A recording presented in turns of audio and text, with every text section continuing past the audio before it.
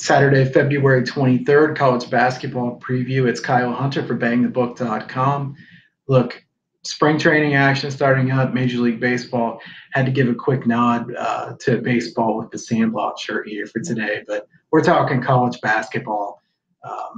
Great college basketball slate for Saturday. As always, another really big slate of games here for Saturday's action. I say this pretty often, but it's very true.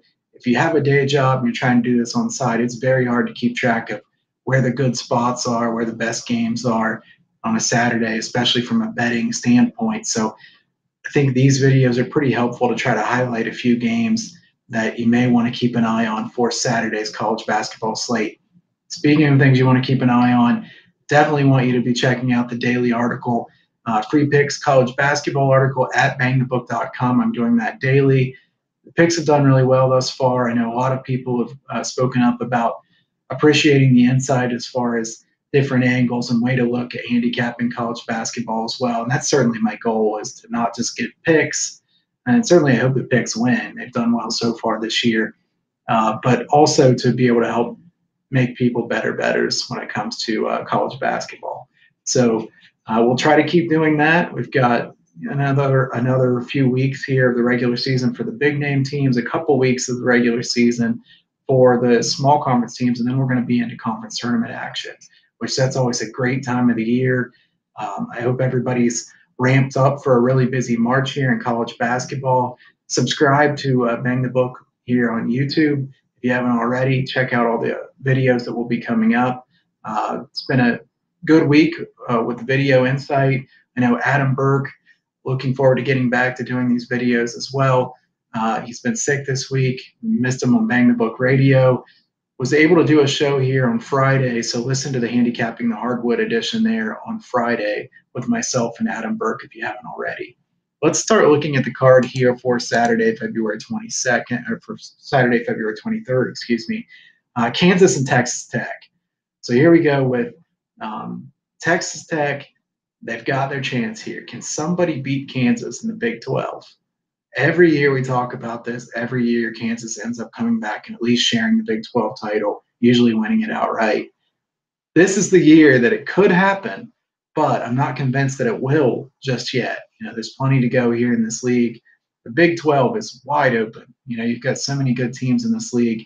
No dominant team, but no weak team either. Very deep conference. Kansas thumped Texas Tech 79-63 at home in the first game. They've been shaky on the road, though, and this is Texas Tech's chance. Let's see if the Red Raiders' defense can carry them here. Their defense was subpar in that first meeting. Kansas is efficient offensively. I would think Texas Tech will do better on defense in this game, though. I really like Chris Beard. I think he's a very good coach. I like Texas Tech to win this game, but I don't think it's going to be an easy win by any means. So I think the line here is maybe Texas Tech -5 or so. I don't think I could lay 5 points. I'm not really anxious to take the 5 either. Maybe lean to the under if I had to take something in this game, but I think it's a really good game and one that you'll want to watch. Florida State and North Carolina. Speaking of games that you want to watch, there's some really good games here on Saturday's card. Florida State's a better team than they were last year. They come into this game with the same record as North Carolina. Look, the Seminoles are going to be a dangerous team in the NCAA tournament. I would not want to play this team. Tons of length and athleticism. The one thing that keeps me from really liking Florida State, I don't trust Leonard Hamilton. I don't think he's as good a coach as many of the other college basketball coaches that have top quality talent. So what can Florida State do in a spot like this? Well, look, they're in the better spot than is North Carolina. North Carolina, big-time letdown spot with Duke, the Duke win there the other night. Obviously, everybody knows Zion Williamson got hurt at the beginning of that game. I think you still got to give North Carolina credit for winning that game. Certainly, things could have gone a lot differently if Duke had Zion Williamson. But North Carolina still played a really good game there. This is a good North Carolina team. They've been inconsistent, though. I think this line comes out maybe North Carolina -7.5 or so. I would be more inclined to take the points with Florida State than I would to lay the points with North Carolina. I think it's a tough spot for them. I think Florida State matches their athleticism and length as well. So I think this could be a pretty close game here, so I'll lean toward Florida State with the points. San Diego State and UNLV. Speaking of letdown possibilities, here we go again. San Diego State off the huge win against Nevada. Nevada did not look good at all in that game the other night. I still think Nevada will be a tough team in the NCAA tournament as well with the Martin brothers and Jordan Caroline. Um, but San Diego State, off that massive win, can they prove that they can be more consistent? Can they be good on the road? San Diego State has not been very good at all on the road. They won at Colorado State. Colorado State, not a great team this year. They'll be better in the future with a quality coach there. But San Diego State has been very inconsistent this year. Earlier this year, they looked really bad. People were wondering what was wrong with them. At this point, I think that both teams, though, are extremely inconsistent. UNLV, they've lost some games on their home floor. I wouldn't trust in this Runnin Rebels team that much, but they are better than some of the recent UNLV teams have been. So I think this could be a really good game. I think this one opens around pick'em. I would lean toward UNLV here, but nothing strong in this one. I think this is a game where we find out if San Diego State has actually turned the corner or not. San Diego State, I think, has more talent than does UNLV, but can they avoid that hangover or letdown spot there? So we'll keep a close eye on that game. Penn State and Illinois. I think Illinois is somewhere around -2.5 in this game. I think this is a really good game. It sounds very funny to say teams who are 6-9 and 3-12 in the conference. It's a really good matchup, but it is. Penn State's a lot better than 3-12 than the normal 3-12 team would be. Definitely, I've talked about them before. They've made me some money here lately. Penn State is better than their record. Don't just look at records when you're handicapping college basketball. Don't just listen to the talking heads on ESPN or wherever it is. Dig deeper than that. Illinois at 6-9. Look, I think Illinois is playing like an NCAA tournament team.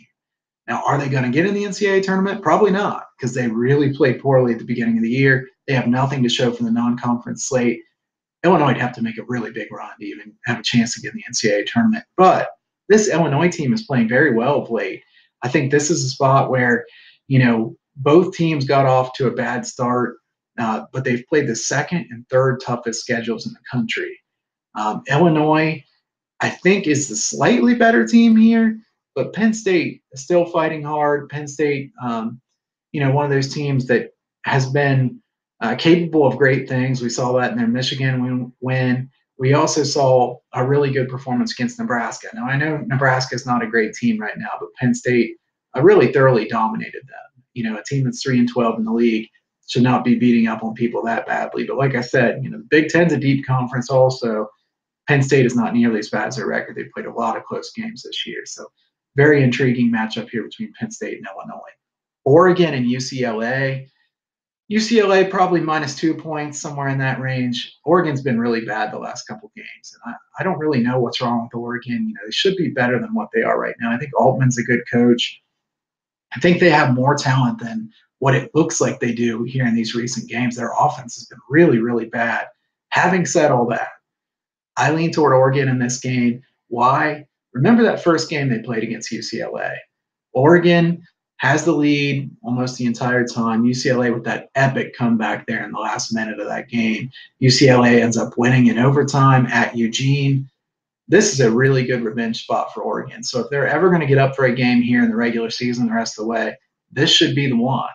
I don't think UCLA is really trustworthy either. If you look at UCLA, recently they've lost at home against Utah, against Colorado, Arizona State.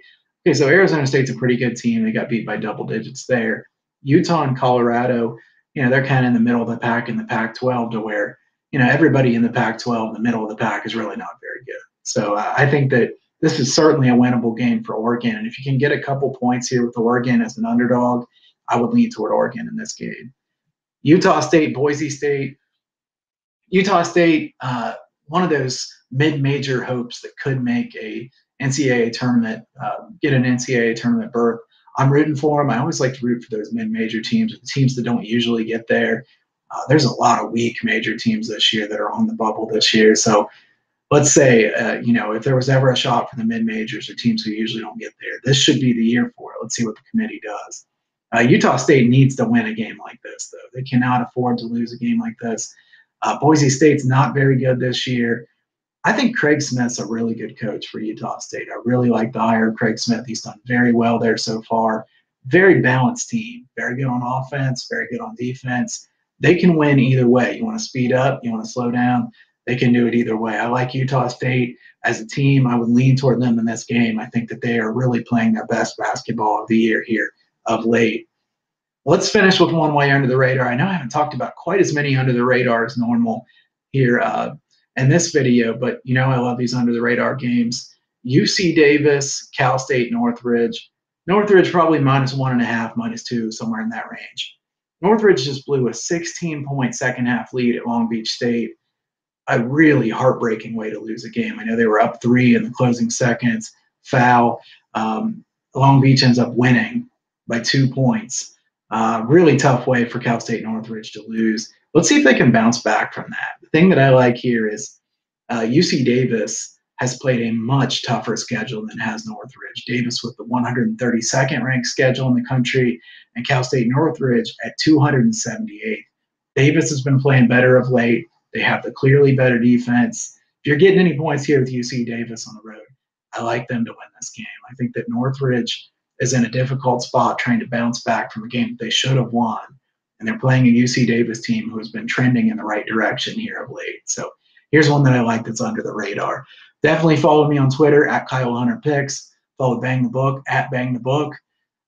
Subscribe to this on YouTube, Bang the Book, if you haven't already, to get all the videos. Check out the daily free picks article at bangthebook.com. I hope everybody has a great weekend, and I will be back again next week.